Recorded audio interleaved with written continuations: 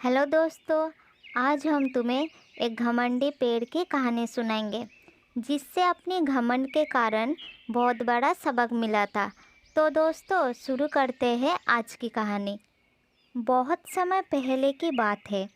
एक जंगल में बहुत घना और बड़ा पेड़ था। वो अपने बड़े आकार और उसके बनावट को लेकर बहुत घमंड करता था।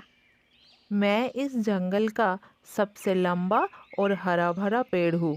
मेरे जैसा यहाँ कोई नहीं है। हर साल नए पत्ते, नए शाखा प्रशाखाएं मुझे और मजबूत बना देते। बस मुझे एक चीज़ पसंद नहीं है, सिर्फ एक चीज़। ओहो, तुम बहुत बड़े हो, परंतु तुम दुखी क्यों हो? तुमने मेरे जड़ें देखी है? ये कितनी गंदी है। ये मिट्टी के अंदर पड़ती है। और छी छी, ये तो अच्छा है कि ये जमीन के अंदर छुपी रहती है। क्या तुम अपनी जड़ों को बुरा कह रहे हो? क्या तुम नहीं जानती कि वो तुम्हारे लिए सबसे ज़रूरी है? छी छी, क्या कह रहे हो? छोड़ो इसे। ये तुम नहीं समझोगे, लेकिन एक बात तो तय है, मुझे अपनी जड़ों से बहुत बहुत नफरत है। कुछ दिनों के बाद चूहों के एक झुंड जंगल के तरफ आते हैं। ये चूहा जमीन के अंदर बिल बनाकर रहते हैं। सारे चूहे एक साथ रहने के लिए सुरक्षित जगह ढूंढती है। चलते चलते वो उस बड़ा पेड़ को देखते हैं और बिल बनाने के लिए यही सुरक्षित जगह ऐसा सोचती है। सारे चूहे पेड़ के नीचे बिल बनाने लगते हैं। इधर पेड़ समझ चुका था कि चूहे उसका जड़ें काट रहे थे। पेड़ को दर्द होने लगा और वो चिल्लाता रहा। ओ नहीं, रुक जाओ, मैं गिर जाऊंगा। तुम सब ऐसा मत करो। आखिरकार जड़ें बहुत कमजोर हो गई और एक दिन वो पेड़ गिर पड़ा। अगले दिन जंगल से घर जाते वक्त एक लकड़हारे की उस पेड़ पर नजर पड़ी। अरे वाह, क्या किस्मत है मेरा। इस पेड़ से हमें बहुत सारी लकड़ी मिलेगी। मैं इसे जल्दी काटना शुरू करता हूँ। ओ नहीं, मुझे मत काटो। मेरी जड़ें, मुझे अब समझ में आ गया। मैं सब समझ गया।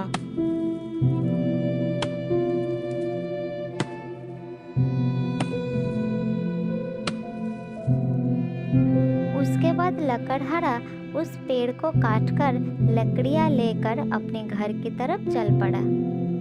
हेलो दोस्तों, अगर आपको वीडियो थोड़ी सी भी अच्छी लगी हो तो वीडियो को लाइक करें, चैनल को सब्सक्राइब करें और अपने दोस्तों के साथ शेयर ज़रूर करें।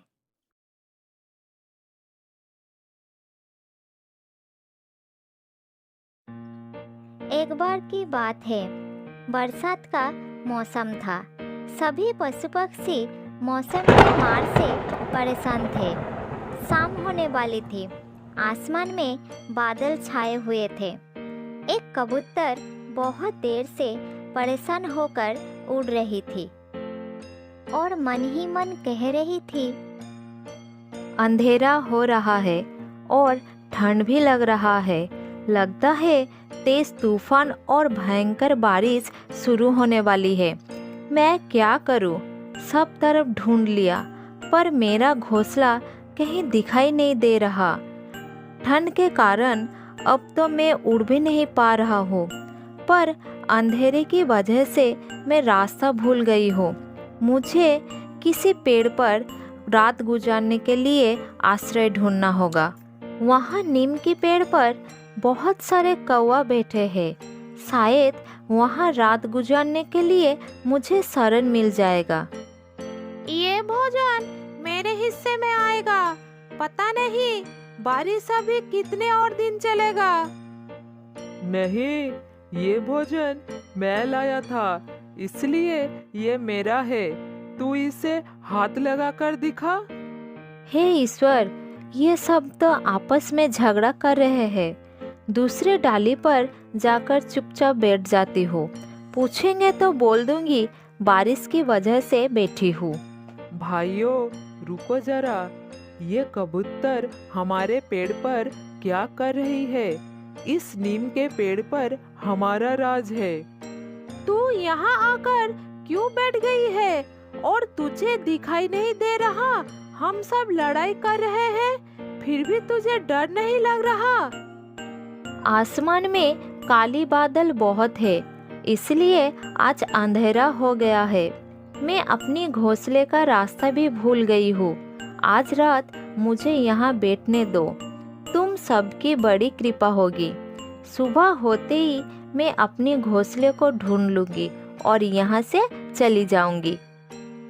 नहीं, ये हमारा पेड़ है, यहाँ से भाग जा।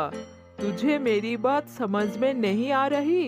ये पेड़ हमारा है और इस पर कोई नहीं बैठ सकता। चल जा यहाँ से। भैया, सभी पेड़ ईश्वर ने बनाया है। इस सर्दी में ओले पड़े तो ईश्वर ही हमें बचा सकते। मैं बहुत छोटी हूँ और तुम्हारे बहन भी हूँ। तुम लोग मुझ पर दया करो और मुझे यहाँ बैठने दो। तेरी जैसी बहन हमें नहीं चाहिए। तू बहुत ईश्वर का नाम लेती है, तो ईश्वर के भरोसे ही यहाँ से चली क्यों नहीं जाती? तू ही तो बोल रही है कि ईश्वर तुझे बचा लेंगे। और अगर तू नहीं जाएगी तो हम तुझे मार देंगे। फिर तुझे कोई नहीं बचा पाएगा, ईश्वर भी नहीं। भाइयों, ये ऐसे नहीं मानेगी। ये हमारे गुस्से को नहीं जानती। तू रुक, तुझे अभी मजा चखाते हैं। रुको, मुझे मत मारो, मैं जा रही हूँ। बहुत दुखी होकर कबूतर यहाँ से चली जाती है और थोड़ी दूर जाकर एक आम के पेड़ पर बैठ गई। पेड़ पर एक छिद्र था। कबूतर उस छिद्र में छुप गई। ये आम के पेड़ मेरे लिए सुरक्षित है। अगर थोड़ी देर और उस नीम के पेड़ पर बैठती तो सारे कौवे मुझे मार देते। हे ईश्वर, इस भयंकर आंधी तूफान से मेरी रक्षा करना। रात को आंधी आई, बादल गरजे और बड़े बड़े ओले बरसने लगे। कौवा चिल्लाने लगी, इधर से उधर उड़ता रहा, परंतु ओलों के मार से सब घायल होकर जमीन पर गिर पड़े। बहुत से कौवे मर गए। इधर कबूतर आम के पेड़ पर सुरक्षित था, उसे कुछ नहीं हुआ। ऐसे ही रात बीत जाती है। सुबह हुआ, कबूतर अब बाहर निकली और उड़ने लगी। उसने भगवान को प्रणाम किया। हे ईश्वर, आपका बहुत बहुत शुक्रिया। आपने मेरी जान की रक्षा की। अरे ये क्या? ये तो वही नीम का पेड़ है जिस पर रात में मैंने शरण मांगी थी। ओहो, कुछ कौवे तो मर चुके हैं, कुछ घायल अवस्था में है। मैं उनकी मदद करती हूँ। कौवे भैया, आप ठीक तो हो?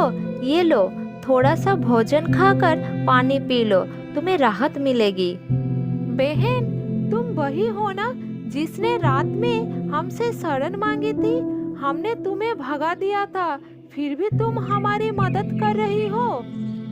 तुम्हें ओलों से किसने बचाया? तुम कहाँ थी? मैं उस आम के पेड़ पर अकेली बैठी थी और भगवान से प्रार्थना कर रही थी। कबूतर सारी बात कौवे को बताती है। कबूतर का बात सुनकर कौवे को अपनी गलती का एहसास होती है। बहन, हमने तुम्हारे साथ गलत किया, इसकी सजा हमें मिल गया है। हमें माफ कर दो बहन। हाँ बहन, ईश्वर की कृपा से तुम्हें एक खरोच तक नहीं आई। हमें बहुत सीख मिल गया है। और फिर कबूतर उस घायल कौवे की सेवा करती है और जब वह कौवे ठीक हो जाती है तब कबूतर अपने घोंसले में लौट आती है।